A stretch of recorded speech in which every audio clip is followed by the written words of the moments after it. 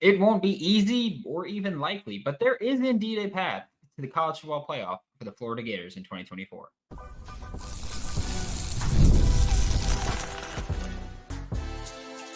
You are Locked On Gators, your daily podcast on the Florida Gators. Part of the Locked On Podcast Network, your team every day. Hello, and welcome back to, another episode of Locked On Gators, part of the Locked On Podcast Network, your team every day. Thanks for making Locked On Gators your first listen of the day. We are available daily and free reviews in the podcast and on YouTube. Happy Thursday. I am Brandon Olsen. Find me on Twitter at WNS_Brandon. Hope you like the hello, Parker, Los, whoever likes it. Just saying, I like doing it. But the Florida Gators have a genuinely a genuine chance at making the college football playoff. And I wanted to talk about that because I feel like we're at that point in the offseason where the Florida Gators made some nice moves in the transfer portal. We're feeling pretty good about the youth from last year stepping up and becoming even better. And yeah, it's a conversation that should be had, that there is a possibility that the Florida Gators make it. And like I said, it won't be easy. And I want to make this part abundantly clear. I do not think that the Florida Gators will make the playoff in 2024. I don't think that there'll be a team that's in the college football playoff. And I don't think it's realistic to expect that. No matter what your record expectation is, I don't think that it should be college football playoff. I think you're just setting yourself up to be pissed at that point. Okay. That being said, again, I don't think it happens. I don't think you should realistically expect that. But it is indeed possible. And that alone does deserve to be talked about. For all of the talk about how difficult this Florida Gator schedule is, like since the opponents came out, we pretty much went into this and we were like, damn, this might be the most difficult schedule in college football history. Next year's could be worse depending on who returns, because you've got more away games next year. So next year could be even worse. But since the schedule came out, the opponents came out, it was, damn, this might be the most difficult schedule in college football history. The teams that you're playing line up really well, even your out-of-conference games. Right now, I'm not high on Miami, but Miami is expected, for some reason, to be a good team. You've got UCF. When you scheduled them, were a group of 5 opponent. Now they're in the Big 12. Now they're a Power 4 team. The only non-Power 4 team that you're playing is Samford. That's it. I don't think I've ever seen a team just with being able to say that. I don't think I've ever seen a team be able to say, hey, the only non-Power 4 team we're playing is an FCS school. No group of 5 games, nothing. That is insane to me. It's just genuinely a wild thing. And again, I don't hate having a tough schedule. I want to make that abundantly clear as well. I'd prefer to have a tough schedule because I'd also prefer to have a program at a spot where I go, give us the toughest schedule. We're going to dust them and no one can bring up the strength of schedule complaint. Can't do it. If it's a tough schedule and they're still just getting dusted, can't bring it up, right? So that's where I kind of stand on that. However, with that trade-off, the main reason that you get to go, yeah, we've got a really tough schedule, but I embrace it also, is resume matters when talking about the college football playoff. Not just as far as, are you a 1 seed, a 2 seed, 2 seed, 3 seed, 3 seed, 4 seed, but if you're in or if you're not. That was one of the biggest things against Florida State. Yes, Jordan Travis got hurt, but also it was, hey, we've seen them play a lot of not good teams. Why should we be bought in that this is a top 4 team in the country? And I have no problem saying that when we were waiting to see who would wind up where, I didn't want Florida State in there because I want them to be upset, but I did think that they should have been there just because I think if you go undefeated at the Power Four level, you should be in there. And if you get smoked, you get smoked. But if you go undefeated at the Power Four level, win your conference championship, you should be in it. And also, they lost 63-3 to Georgia, so I'm very happy that they didn't make it. But man, I think they would have gotten smoked anyway. Their defense was really good, but their offense was huge. Without Jordan Travis, at least. But if you do win enough games, obviously, you have a legitimately good case to make the playoff. Because don't forget, we're not any longer talking about, is this one of the top 4 teams in the country? This isn't, oh, Florida should be a 1 seed. No. No. This is a 12-team playoff now. All you have to do is prove that you're one of the top 12 teams in the country in order to make the college football playoff now. It's no longer you can go undefeated in the Power 4 conference and not make it, by the way. You're guaranteed that spot if you win the Power 4. The top group of 5 team is also in there. But I think that's important to acknowledge that this isn't me saying, oh, if Florida wins 9 or 10 games with their schedule, they're one of the top 4 teams.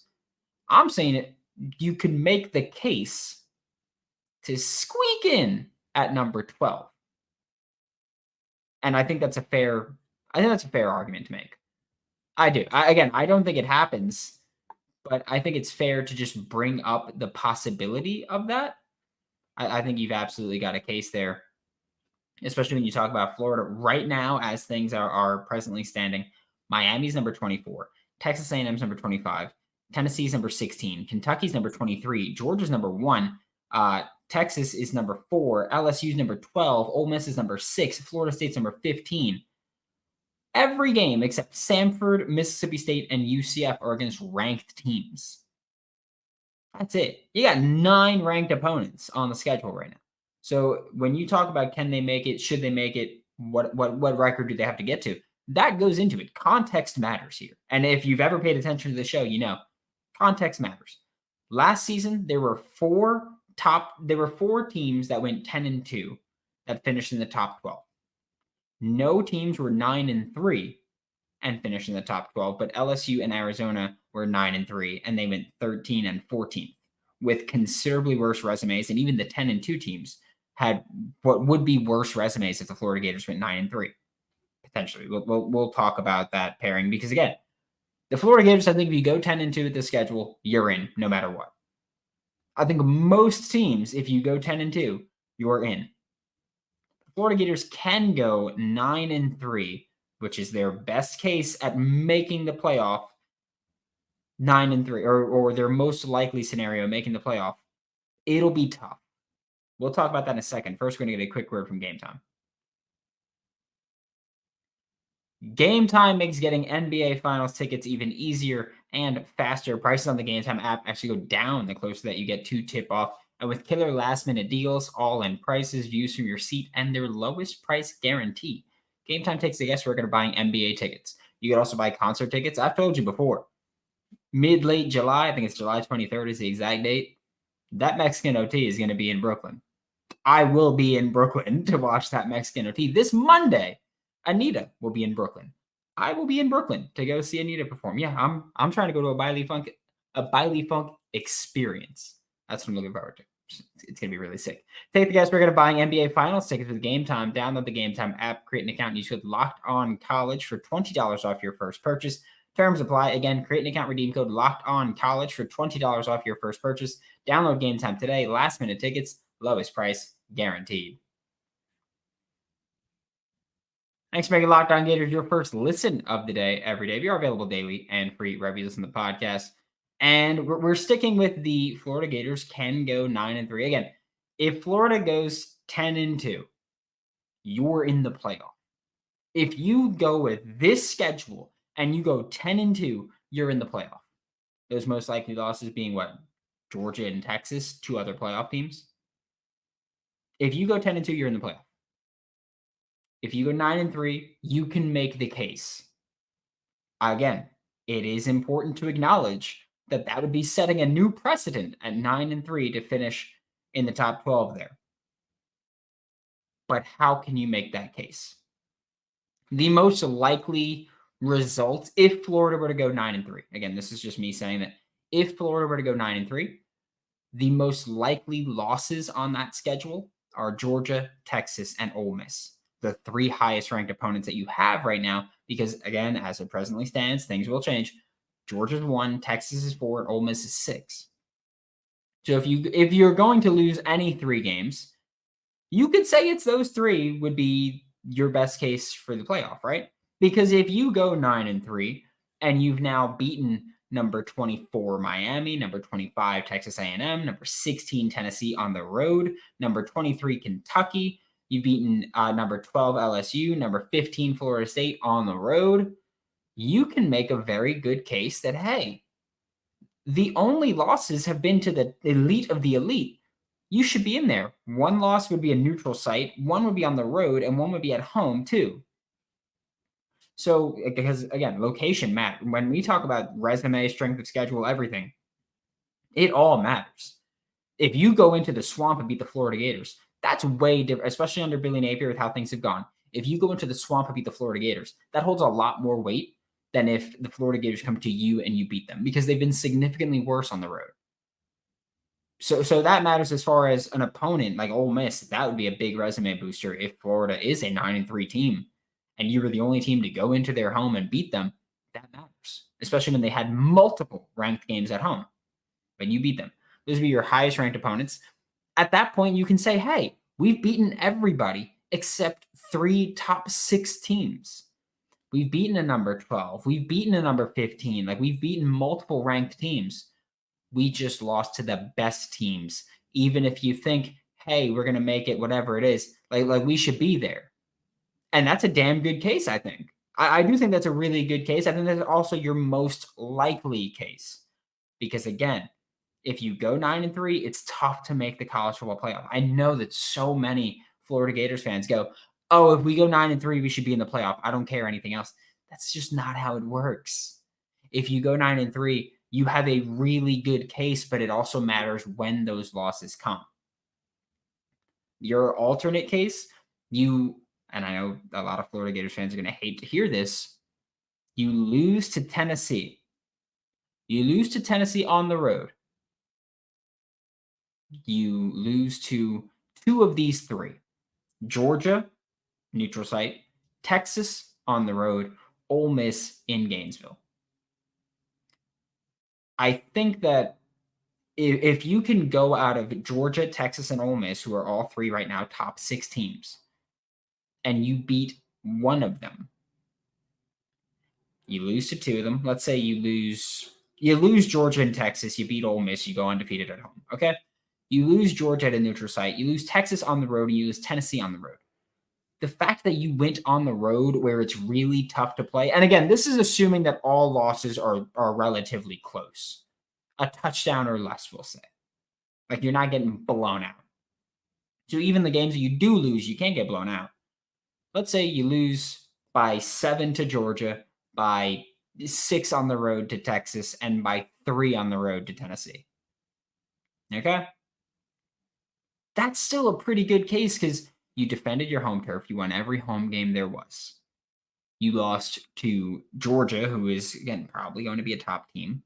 You lose to Texas, which is one of the hardest places to play in Austin. And you lose to Tennessee, which Neyland State, like, I hate Tennessee. I have no problem bashing them for anything that I just feel fit. I like to talk trash. I'm a generational hater. I think everyone knows that.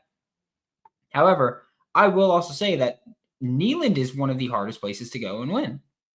Neyland is not an easy place to go win, especially if you're Florida. Like I know that a lot of us Florida Gators fans, like, most of my life has been just Florida beating Tennessee. Any way, shape, or form beating Tennessee. And I know that at this point, a lot of us go, hey, the Florida Gators should beat the Tennessee Volunteers, which is fair. That doesn't mean that it's easy to go on the road and win. We've seen plenty of last second, even home wins for Florida against Tennessee. We've seen them come last minute against Tennessee at Neyland. Tennessee does a good job of protecting their home stadium, right? So losing to Tennessee sucks because you lose to Tennessee and you never want to do that. But also, when you put it into context, you're going on the road at two of the toughest places and a neutral site game against arguably the best team in the country, Georgia, Texas, Tennessee. It's a pretty good case to make, right? And again, there's knocks to all these. We'll talk about those in the next segment. But again, these are what I think are probably the three best cases to make for the playoff. And you can go through a million of these. We're not talking about, oh, well, what if you beat a team, or what if you lose to Texas A&M and they're ranked 25th, or you lose to Mississippi State and they end up being really good. I'm not talking about all those hypotheticals. I'm talking about looking at the resume. What's your best math probably to make it? And then there's another scenario that you lose an early game. Let's say you lose Mississippi State. Okay, you lose Mississippi State week 4. They're a bad team. We know that. You lose against them in week 4. You lose to Tennessee on the road, and you lose to Texas on the road. All three of your losses, and you beat everyone else. You beat everyone else. You beat Miami, Stanford, Texas A&M, lose to Mississippi State. You're 3-1. Okay. You beat UCF. You lose to Tennessee. You beat Kentucky. Okay. You're 6-2. Right? Is that where we're at? Are we at 6-2 now? Okay. I'm like trying to. You're 5-2. 5-2. You're 5-2. Then you beat Georgia, 6-2. Lose to Texas. Okay. Then you win out. You go 9-3 at that point. All 3 losses on the road doesn't bode well for when you have to go on the road. But you've also won a road game against Florida State. You won a neutral site game against Georgia. I think you can make a strong case because you have that blemish of Mississippi State. Or even if you do lose, the Texas A&M, Miami, whichever one, you lose an early game, but then you're improved throughout the season. Like you lose that early game, you drop it early, and it's you still trying to figure things out. But then you win every game except 2 very tough road games. There's a case to be made. There's a case to be made, and we are about to take a farther look in it. And again, I'm really not super optimistic about it, though.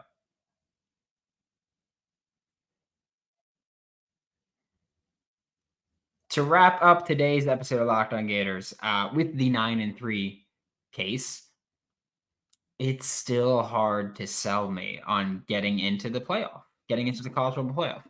And again, it's not that I don't think you can go 9-3 and you shouldn't deserve it. It's that, will you make it? Like, is that enough to get you in there? Because from what we've seen most of the time, the top 12 teams end up being 10-2. You're 9-3 with a really good resume, but at the same time, there's 10-2 teams who might have a worse resume, but they won more games than you.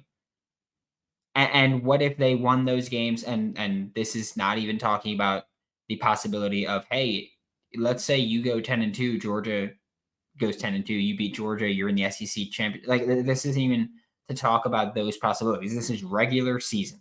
This is the things that we have in front of us and we know are in front of us.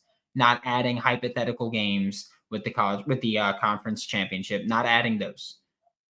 Just the teams that you have scheduled, the games you have scheduled, and the games that you know are going to be played with the Florida Gators. You go 9-3. I understand it being such a tough schedule, and that plays in your favor. It truly plays in your favor that it's such a difficult schedule that 9-3 can get you into the college football playoff. It's just still a little hard to sell me on that. Because here's the thing. The first scenario. You lose to Georgia, you lose to Texas, you lose to Ole Miss. I think if you go 9-3 and those are your only 3 losses, I think Florida's in the college football playoff. I do. But are you good enough to hang around? Because you're going to play a relatively high seed at that point. Are you good enough to make it? Or not get smoked in the first one? Because all of your losses have come against top 6 teams. So you play against a really good team and you've lost to them before. So I'm curious how that would work out. But again, I think that if you win every game and you lose to Georgia, Texas, and Ole Miss, you should make. But again, then that means that 3 of your 5 losses have come in your last. Or that means that 3 of your games, 3 of your losses have come in your last 5 games. And so recency bias may play against you because how a team is performing at the moment matters as well. So if you go into the Georgia game, what is that, 7-0? Is that where we started? Yeah, if you go into the Georgia game 7-0 and you lose, win, you lost 3 of your last 5. And the 3 that you lost, 1 was home, 1 was away, and 1 was a neutral site.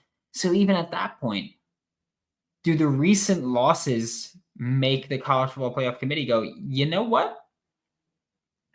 Maybe they're not that good because once they ran into their buzzsaw, they got chopped up. So you can make the case that even if you do go 9-3 and those are the games that you lose, you won't make it because of the recency in the NCAA or in the college football playoff committee's minds. Your 3 losses were in the last 5 games. A 40% win percentage in your last 5 games isn't good no matter who you're playing. And so maybe you don't make it because of the recency there. That's the thing I just thought about. Going into this, I was like, hey, if you lose those 3 games, you deserve to be in. But if you lose 3 of your last 5, it's going to be tough to convince people that you belong in the college football playoff. I think that's fair point to make. If you lose in that second scenario, you lose 2 out of 3 to Georgia, Texas, and Ole Miss, and you lose to Tennessee on the road, then I think that might be the most realistic case for actually making it. Because if you drop to Texas on the road, Tennessee on the road, and Georgia at a neutral site, you're undefeated at home. You've only lost a neutral site game to a top 3 team.